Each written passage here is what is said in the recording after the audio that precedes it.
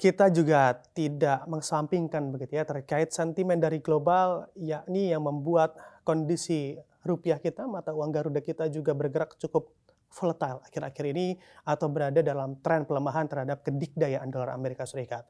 Lalu bagaimana hubungannya terkait dengan stabilitas harga yang disebutkan dan juga ketahanan pangan pastinya Pak Arief? Cara pandang, angle-nya kita harus rubah.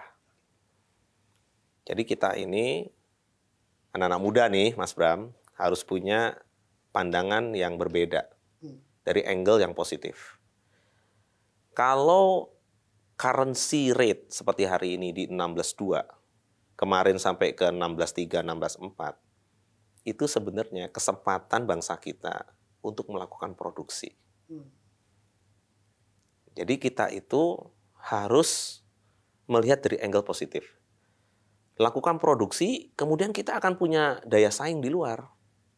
Karena currency rate-nya tinggi. Kebalikannya, kalau Mas Bram hanya berpikir, waduh currency-nya 16.2, dulu 14.500, kemudian, wah gimana ya? Lah itu cara berpikirnya karena berpikirnya import. Kalau cara berpikirnya kita melakukan importasi, hari ini kita akan memandangnya, wah ini penderitaan buat bangsa kita yang besar dan tercinta ini gitu ya. Nah, cara pandangnya kita rubah. Berarti harus apa? Indonesia harus jadi lumbung pangan nasional 2045. Kemudian kita detailkan. Ya, Pak Mentan sudah sering sampaikan tuh sahabat saya. Ya. Jadi harus seperti apa? Kemarin yang pupuk dari 4,7 juta, sekarang beliau sudah mendapat approval dari Pak Presiden, juga Bu Sri Mulyani Menteri Keuangan, dinaikkan subsidi ya sampai ke 9,5 juta. Supaya apa? Ya hari ini kita memang perlu pupuk gitu ya. Kemudian air dalam kondisi yang sulit karena climate change ya. Beliau mempropos misalnya untuk pengadaan pompa. Apakah itu bisa 100%? Pasti tidak. Tetapi effort-effort ini ya itu yang bisa merubah grafik. Nanti bisa ditayangkan tuh. Grafik produksi kita yang harusnya trennya turun, itu bulan lalu naik. Ya, nanti grafiknya bisa di-share bersama-sama. Ya. Karena negara kita ini negara besar. Ya. Harusnya cara pandangnya bagaimana selalu ada air. Bagaimana selalu ada pupuk. Bagaimana selalu ada benih. Bagaimana selalu ada penyuluh ya yang selalu mendampingi petani. Petani itu mungkin sudah advance pengetahuannya, tapi beliau itu petani-petani, sedulur-sedulur petani kita tuh perlu penguatan, peternak kita tuh perlu penguatan dari kementerian lembaga, ya, seperti Kementan, Badan Pangan. Ya. Jadi misalnya begini, pada saat memang jagung produksinya sedang rendah, bukan karena apa-apa, karena climate change, karena airnya berkurang, ya. Kita harus melakukan fasilitasi distribusi dari sentra produksi jagung untuk makan kepada misalnya saudara saya peternak di Blitar. Itu Badan Pangan lakukan. Jadi kita menjamin harga di tingkat produsen seperti petani jagung supaya tidak jatuh, angkanya harus misalnya Rp5.000 minimal jagung pipil kering. Di sisi lain kita memberikan fasilitasi distribusi kepada peternak supaya jagungnya itu tidak dibeli dengan harga Rp8.000 misalnya. Karena komponen terbesar dari pakan untuk peternak layer atau petelur itu adalah jagung.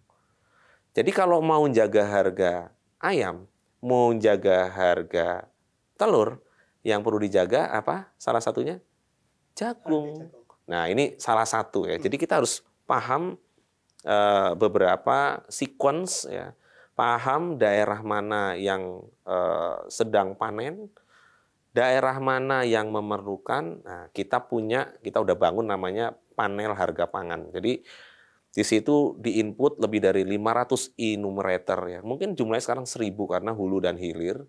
Di situ kita sudah mengetahui, kita bisa mengidentifikasi. Misalnya hari ini yang perlu dibantu adalah petani bawang.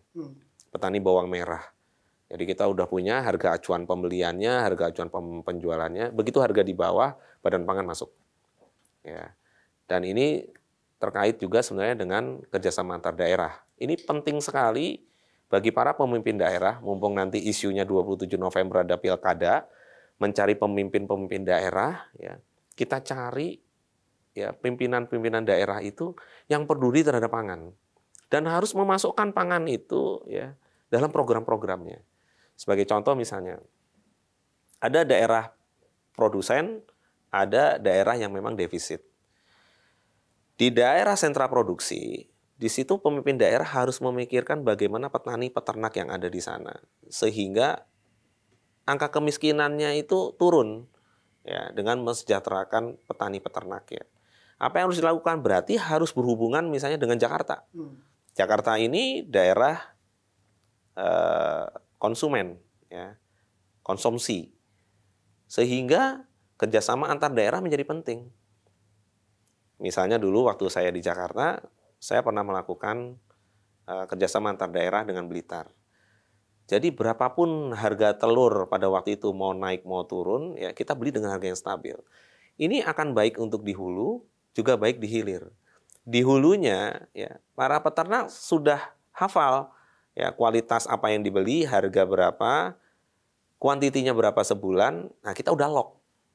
Jadi pada saat harga jatuh, ya karena demand-nya berkurang, kita tetap membeli dengan harga yang sama. Kebalikannya, pada saat harga tinggi, ya karena kebutuhan masyarakat seperti Nataru, ya kemudian hari besar keagamaan, buat kue, itu mereka tetap harganya baik. Kenapa?